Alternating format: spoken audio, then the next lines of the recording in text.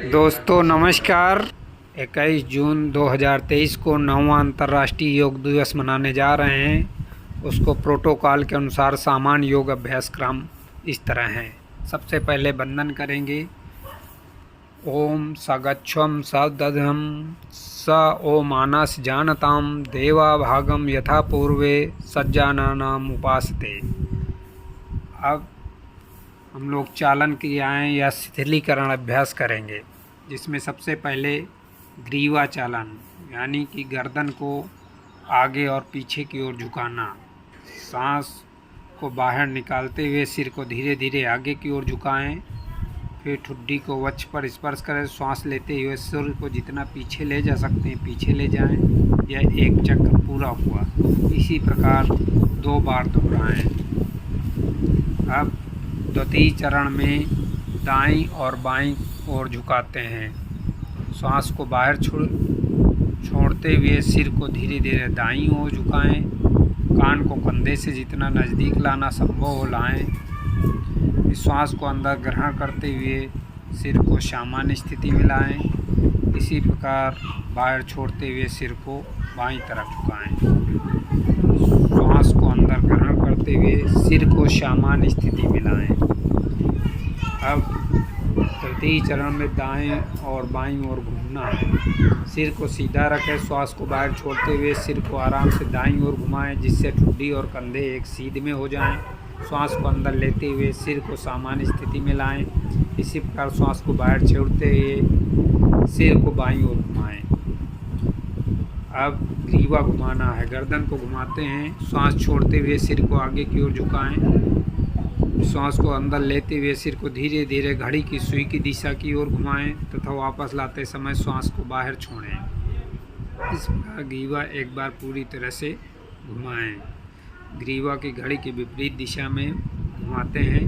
श्वास को अंदर लेते हुए ग्रीवा को पीछे ले जाएं और श्वास छोड़ते समय वापस लाएं। यह एक चक्र पूरा हुआ। इसी प्रकार 2 बार दोहराएं। अब हम लोग स्कंध संचालन यानी कि कंधे को मूवमेंट देने के लिए क्रिया करेंगे। इसमें पहले दोनों हाथों को ऊपर की ओर ले जाएंगे, फिर धीरे धीरे नीचे लाएंगे। अब दूसरा चक्र में स्कंध चालन क्रिया करेंगे, जो सीधे खड़े हो जाएंगे। फिर बाएं हाथ के उंगली को बाएं कंधे पर रखें। उसी तरह दाएं हाथ की उंगलियों को दाएं कंधे पर रखें। दोनों कोहनियों को पूरी तरह चक्राकार घुमाएं।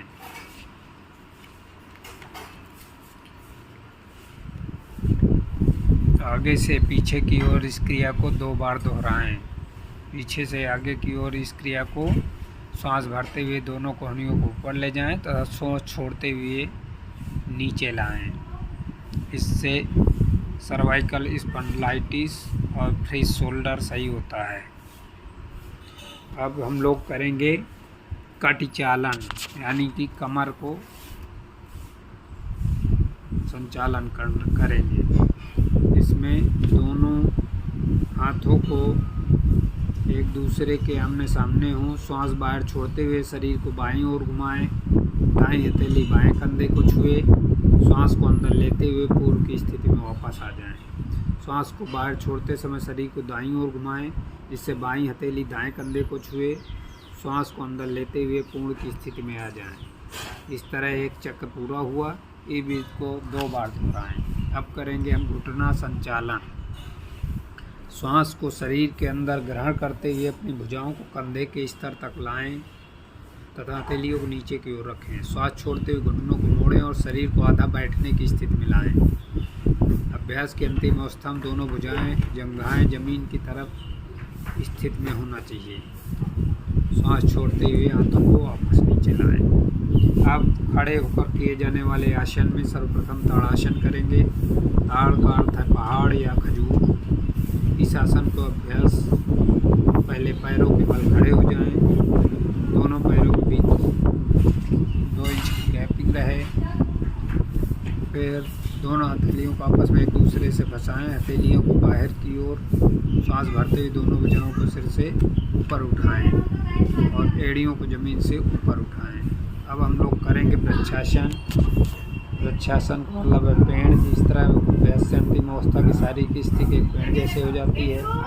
सांस को शरीर से बाहर छोड़ते हुए दाहिने पैर को पकड़कर पंजे को बाएं पैर को अंदरूनी जांघ पर रखें। एड़ी मूलाधार क्षेत्र से मिली होना चाहिए।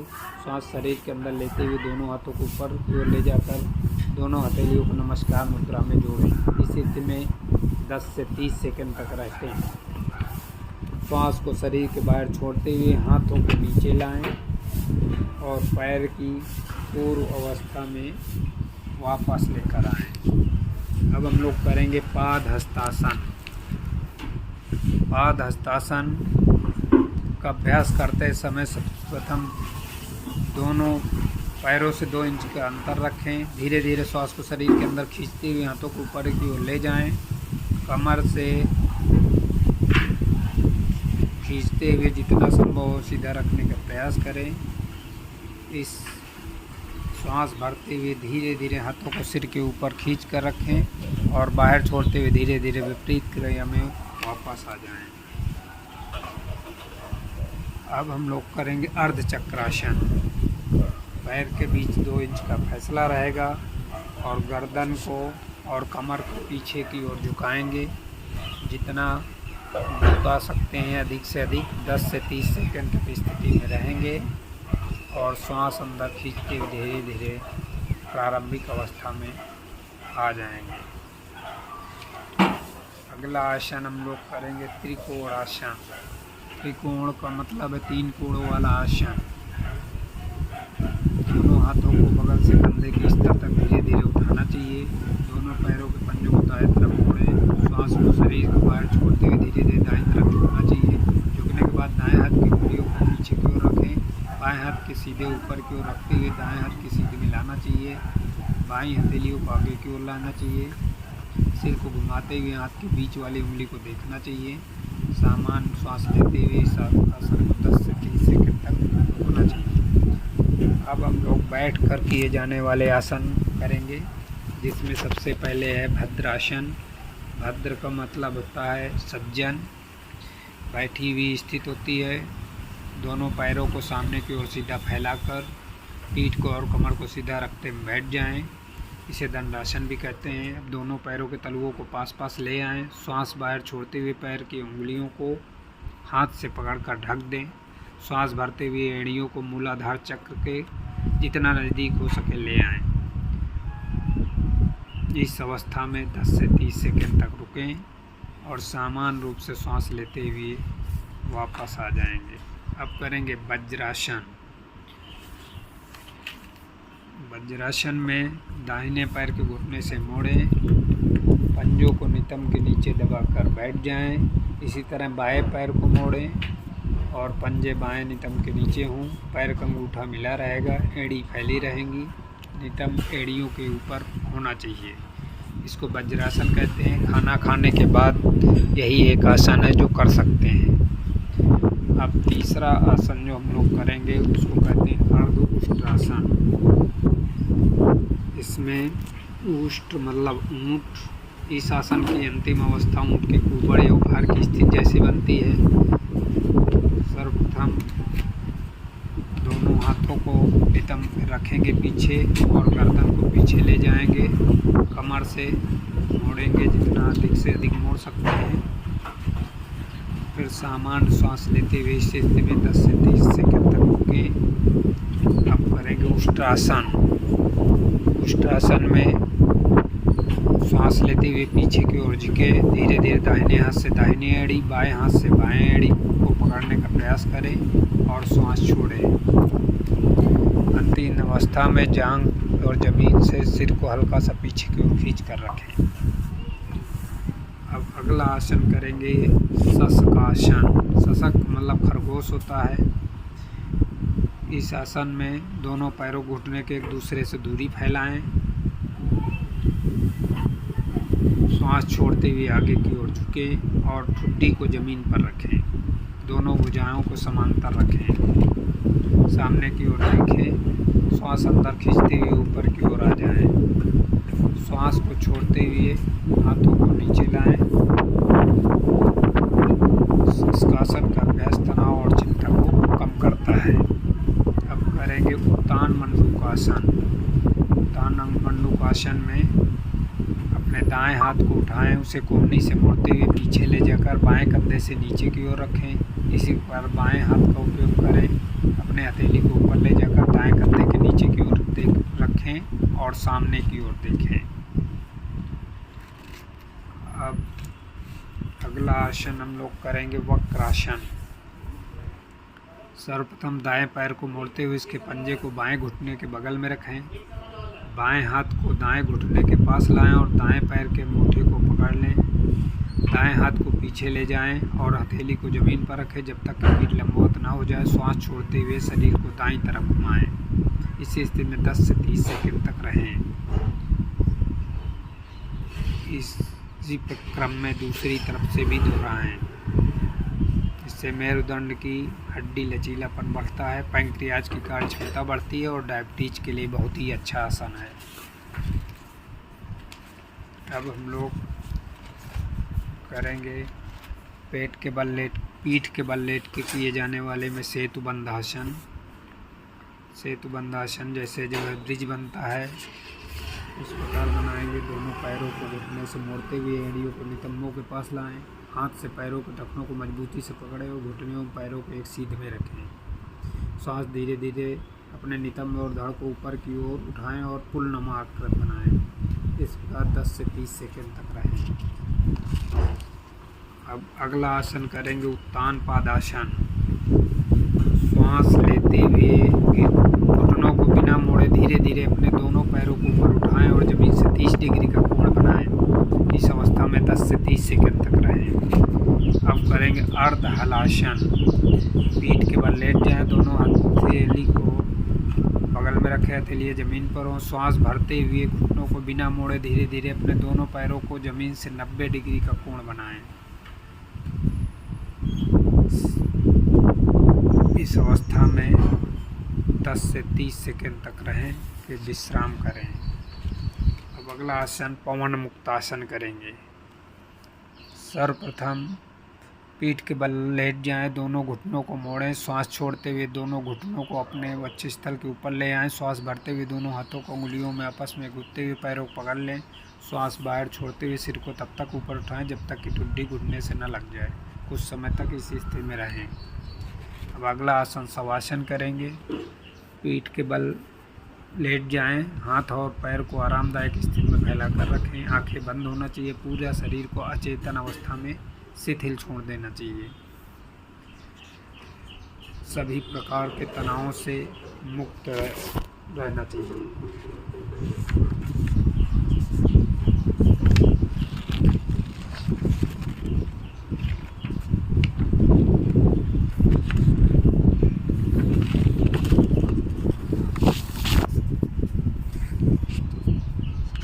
अब पेट के बल लेट कर किए जाने वाले आसन करेंगे, जिसमें सबसे पहले है मकरासन। मकरासन जैसे मगरमच्छ घड़ियाल होता है, ये आरामदायक लेटकर किए जाने वाला आसन है। इसमें पैर एक दूसरे से दूर फैलाकर पंजे बाहर की ओर हों। दोनों हाथों को मोड़ते हुए बाईं हथेली पर दाईं हथेली रखें। सिर को दाएं और बाएं दिशा में अपने हाथों पर रखें। आंखें धीरे धीरे बंद करें और पूरे शरीर को शिथिल दें। इस स्थिति को मकरासन कहते हैं। अब हम लोग भुजंगासन करेंगे। दोनों हाथों से अपने सीने को कंधे से ऊपर उठाएंगे। बिना हाथों की स्थिति में कोई परिवर्तन लाए श्वास अंदर लेते हुए सिर और छाती को नाभि क्षेत्र तक ऊपर उठाते हैं। अब अगला आसन हमको लोग करेंगे शलभासन। शलभासन में ठुड्डी को जमीन पर टिकाकर दोनों हाथों को शरीर के बगल में रखें। हथेलियां ऊपर की ओर होना चाहिए। श्वास अंदर खींचें और घुटनों को मोड़े बिना पैरों को जमीन से जितना हो सके ऊपर उठाएं। ऐसी स्थिति में 10 से 30 सेकंड तक रहना चाहिए। इसको शलभासन कहते हैं। शलभ टिड्डी को कहते हैं। अब हम लोग करेंगे कपालभाति। आरामदायक स्थिति में बैठ जाएंगे। अपनी आंखें बंद करके पूरे शरीर को शिथिल करेंगे। दोनों नासिका से गहरी सांस लेंगे। अब पेट की निचली मांसपेशियों को दबावपूर्वक अंदर बाहर करते हुए श्वास छोड़ें। सिर्फ सांस को छोड़ा जाता है और गहरा सांस ले, धीरे धीरे श्वास छोड़ें। इस तरह कपालभाति का एक चक्र पूरा हुआ। इसको कम से कम 2-3 बार दोहराना चाहिए। कपालभाति कपाल को शुद्ध करता है, कफ विकारों को नष्ट करता है। ये पूरे शरीर को कायाकल्प कर देता है, चेहरे को दीप्तमान बनाता है, पाचन तंत्र को शक्तिशाली बनाता है और कब्ज से मुक्त दिलाता है। अब हम लोग कहेंगे नाड़ी शोधन या अनुलोम विलोम प्राणायाम। सर्वप्रथम किसी आरामदायक स्थिति में बैठ जाएंगे। फिर ज्ञान मुद्रा में बाएं हथेली बाएं घुटने के ऊपर रखना चाहिए। दाएं हथेली नासिका के मुद्रा में होना चाहिए।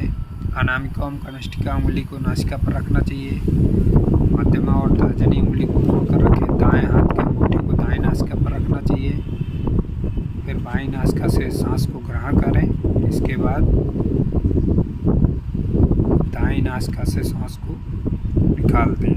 दाएं नासिका को इसी तरह बंद करके बाएं नासिका से सांस को निकालें। यह प्रक्रिया नाड़ी शोधन या अनुलोम विलोम प्राणायाम का एक चक्र हुआ। इस तरह 3-4 बार करना चाहिए। अब अगला आसन हम लोग करेंगे शीतली प्राणायाम। शीतली प्राणायाम, शीतली का अर्थ है शीतल होना। ये मन की व्यग्रता को दूर करता है। पद्मासन या आरामदायक आसन में बैठ जाएंगे। जीभ को किनारों से मोड़कर ट्यूब का आकार बना लें। इस ट्यूब नुमा जीभ से सांस लेते हुए जितना हो सके हवा शरीर के अंदर प्रवेश करें। जीभ को मुख के अंदर वापस ले जाएं और मुख बंद कर लें। शीतली प्राणायाम की यह एक आवृत्ति हुई। इस अभ्यास को 4-5 बार करना चाहिए। अब हम लोग ध्यान मुद्रा में बैठेंगे।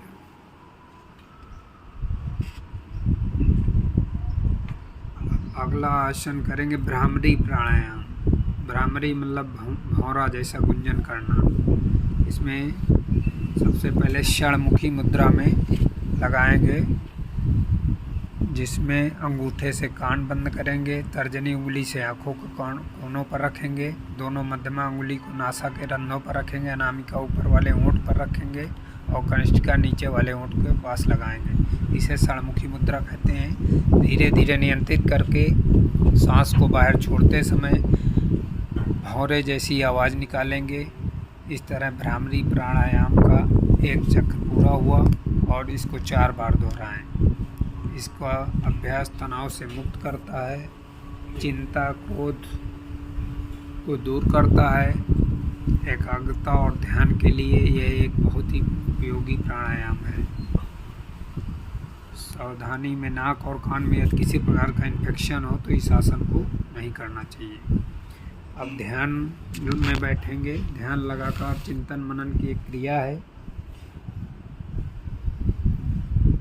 रीढ़ की हड्डी सीधी करके ज्ञान मुद्रा या ध्यान मुद्रा में धारण करके अंगूठे और तर्जनी उंगली को सिरों को आपस में स्पर्श करके सीधे आंखें बंद करके मुख को थोड़ा ऊपर की ओर उठाकर बैठ जाएं और पूर्व विचारों को छोड़ने का प्रयास करें। पवित्र व निर्मल मन से लाने का प्रयास करें। इससे ध्यान लगाकर कुछ समय तक बैठें। ध्यान योगाभ्यास का सबसे महत्वपूर्ण घटक है।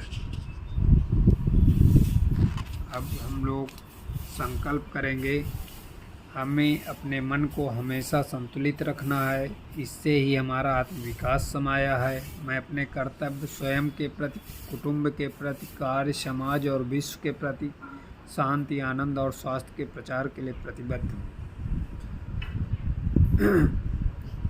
अब शांति पाठ करेंगे हम। ओम सर्वे भवन्तु सुखिनः, सर्वे सन्तु निरामयः।